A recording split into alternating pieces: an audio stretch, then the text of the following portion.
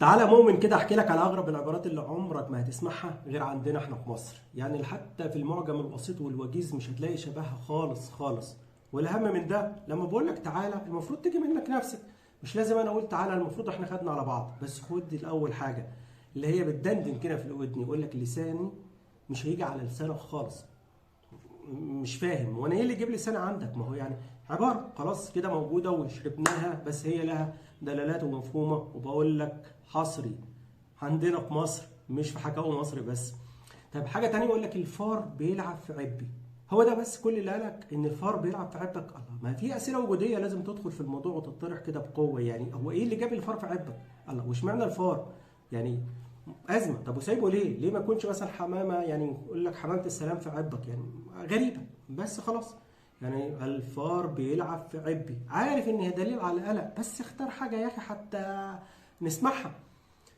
يقول لك انا هاخد بعضي وامشي. ما امشي بس، يعني لازم تسيب لنا ذكرى بقى. يعني انا عشمان في حته دراع، يعني ورك صغير، ودن، لسان، قصقوصه من اي حاجه. يا عم خد بعضك وامشي، ما حدش والله قال لك اي حاجه. بس مش لازم تقول لي انا هاخد بعض وامشي. يعني انت كنت سايب بعضك هنا امانه، فانت قلقان فهتاخده معاك. ده حاجه من الحاجات اللي الصراحه بتسمعها كده وتستغرب، بس تستعجب، بس بتبقى فاهم ان الراجل خلاص دي علامه تحذيريه ان هو ماشي من هنا خالص، من غير سلام عليكم المعتاده دي عليه. لا، يقول لك انا واخد بعضي وهمشي. في بقى حاجة دي قاموس الأمهات، بس هي الأمهات بس اللي بتقولها وهتقولها، بس احنا بنبقى فاهمين معناها كويس قوي.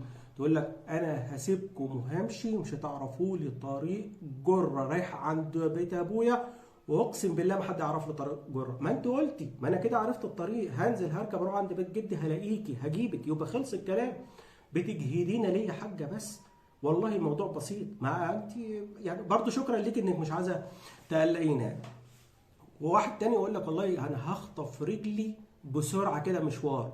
انت بتلبس نفسك قضيه مش غير ما تخطفها. ليه؟ ما هي رجلك بتاعتك، ويعني حاجه ربنا خلقها فيك، تخطفها ليه وتلبس قضيه ومشكله وبعدين تتهم في رجلك؟ حتى احساس وحش كده. يعني واحد سارق بعضه، واحد سارق نصه، وواحد سارق رجل. ما لا يا عم، امشي كده بهدوء وربنا يستر طريق، وتروح وترجع لنا بالسلامه وتبقى كامل الاعضاء. واحد نايم عادي، مجهد تعبان نايم وقت نوم، يقول لك تسال عليه يقول لك ده بياكل رز باللبن مع الملائكه. ليه؟ نايم في العبد ولا في الابوار ولا في حلويات السيده؟ ومين قال لك ان هو بيحب الرز؟ ومين قال لك اصلا ان الملائكه بتاكل وبتاكل؟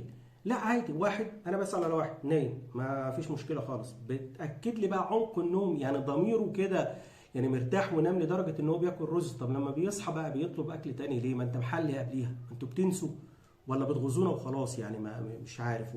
وش معنى رز مع الملائكه؟ ليه مش صوابع زينب مثلا؟ مش ليه اي حاجه تاني، بسبوسه مثلا بالكنافه؟ فاحنا في الايام الكبيره دي لما تيجي بقى تروح مدي كلمه كده لحد، وبالذات البنات، تقول لك لا اتلقك بنتي لما تبتك، هي شتيمه وخلاص. ايه لا اتلقني؟ يعني هعمل كده انا ببقى مش متزن انا لما بسمع الكلمتين دول؟